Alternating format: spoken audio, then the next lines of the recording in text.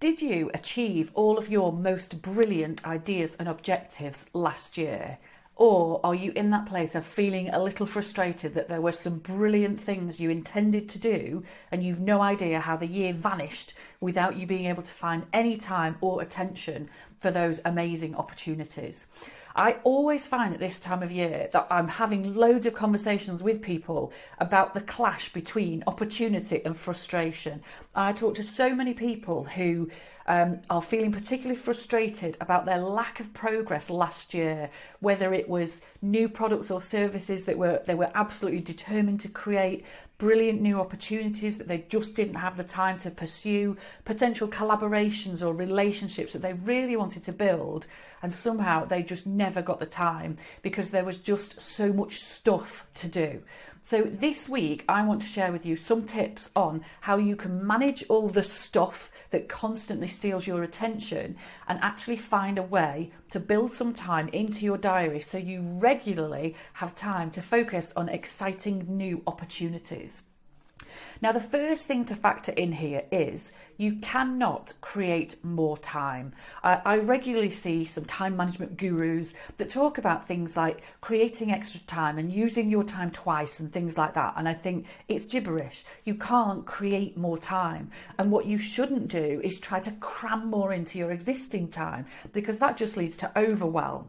So what you really need to do is analyse very carefully, where does your time actually go?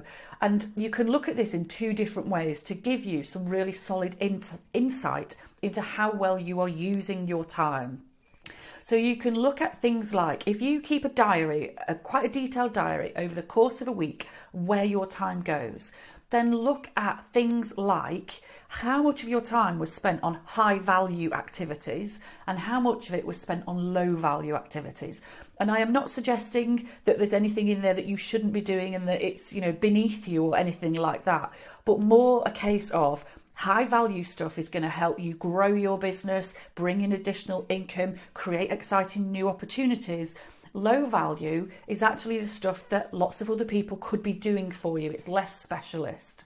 So look at high value versus low value in where your time goes. And also look at skill. How much of your time is going to things that are high skill versus low skill? And high skill could be things like relationship building. It might be about representing the brand of the business. It doesn't have to be something that's massively complex. It could just be something that it's highly skilled because it absolutely requires you to do it rather than other people in the business. So look at the value of your time and look at the level of skill in where your time is going, and then you can start to see what you need to delegate or ditch or outsource or get rid of in some way, shape or form. Find some of those low skill, low value activities and find a way to get somebody else to do those things or streamline them, make them more effective. Find some ways to trim those things back so you free up more exciting time in your diary. What you then want to think about is reducing distractions and reducing the demands on your time. So think about what it is that steals your time on a day-to-day basis.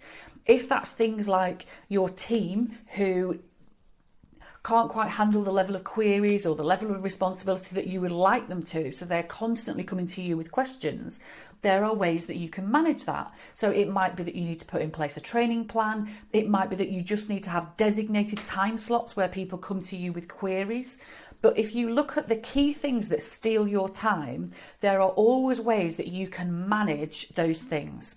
You can create more structure, but essentially you can stop them being a constant distraction and a disruption. Look at ways to proactively manage those things so that they don't have control of you. You very much have control of them.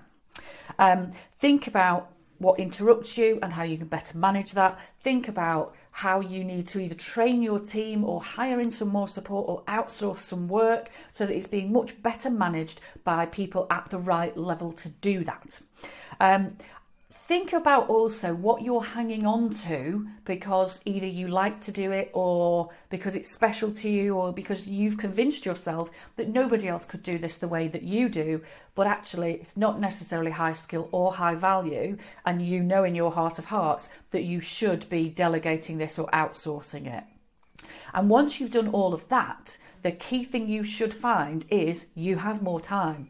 And then what you absolutely must do is book some very specific time slots in your diary for working on new opportunities. If that's building relationships, be putting in some one-to-one time every week or some networking time every week.